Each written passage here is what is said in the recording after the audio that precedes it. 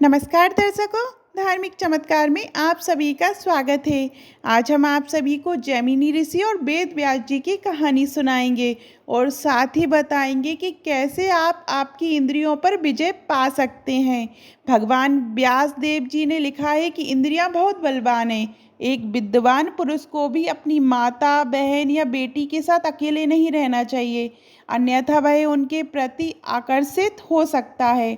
इस पर उनके शिष्य जैमिनी जी खड़े हुए और उन्होंने कहा, प्रभु ये बात तो समझ में नहीं आई कि शास्त्रों के ज्ञाता विद्वान को भी इंद्रियां कैसे खींच सकती हैं। जैमिनी जी वेदों के बहुत बड़े विद्वान थे।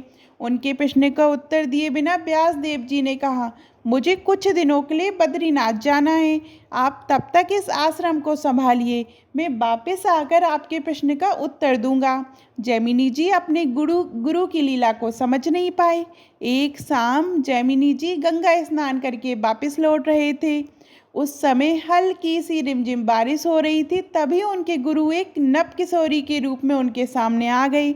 उनके पैरों में नुपुर बंधे हुए थे। जब जैमिनी जी ने उस सुंदरी के श्याम वर्ण के चरणों को देखा तो भी मोहित हो गए। उस युवती ने उनसे कहा, मेरी रक्षा कीजिए, मैं जंगल में अकेली फंस गई हूँ। यदि आज रात में आपके यहाँ रुक जाऊँ तो सुबह अपने स्थान पर पहुँच जाऊँगी। मैं एक स्त्री हूँ और रात में जंगल में मेरा अकेला रुकना ठीक नहीं है। जैमिनी जी ने जवाब दिया, हमारे आश्रम में केवल ब्रह्मचारी रहते हैं और अभी हमारे गुरुदेव भी नहीं हैं, इसलिए संभव नहीं है। युवती ने कहा, मैं इस समय आपकी शरणागत हूँ और शरणागत की रक्षा करना धर्म है, चाहे वह स्त्री हो या पुरुष। जैमिनी जी ने कहा, मैं इस आश्रम का प्रभारी हूँ और आज रात के लिए आपको एक कुटिया देता हूँ। दरवाजा अंदर से बंद कर लीजिएगा और सुबह तक मत खोलिए, चाहे मैं स्वयं कहूँ तो भी नहीं।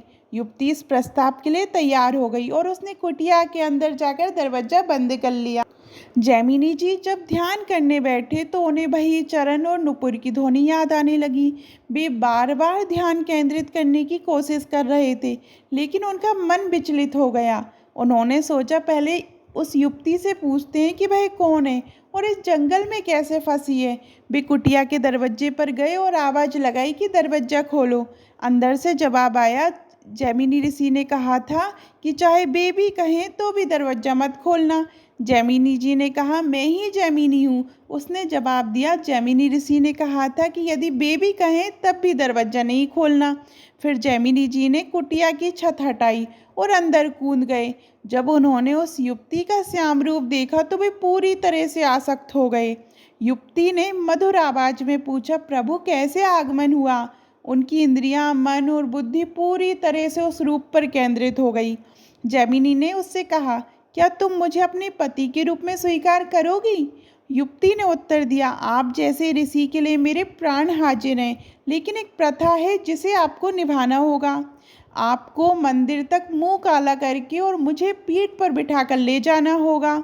जैमिनी जी ने सोचा, रात्रि का समय है, कोई नहीं देखेगा। उन्होंने मुंह काला किया और युवती को पीठ पर बिठाकर मंदिर की ओर चल दिए। युवती बीच बीच में उन्हें थप्पड़ मार रही थी। उन्होंने सोचा, विवाह की बात है, सहन कर लेते हैं। जब मंदिर के पास पहुंचे तो उसने उन्हें जोर से थप्पड़ मारा। जैमिनी जी ने पीछे मुड़कर देखा तो सामने उनके गुरुदेव व्यास देव जी खड़े थे।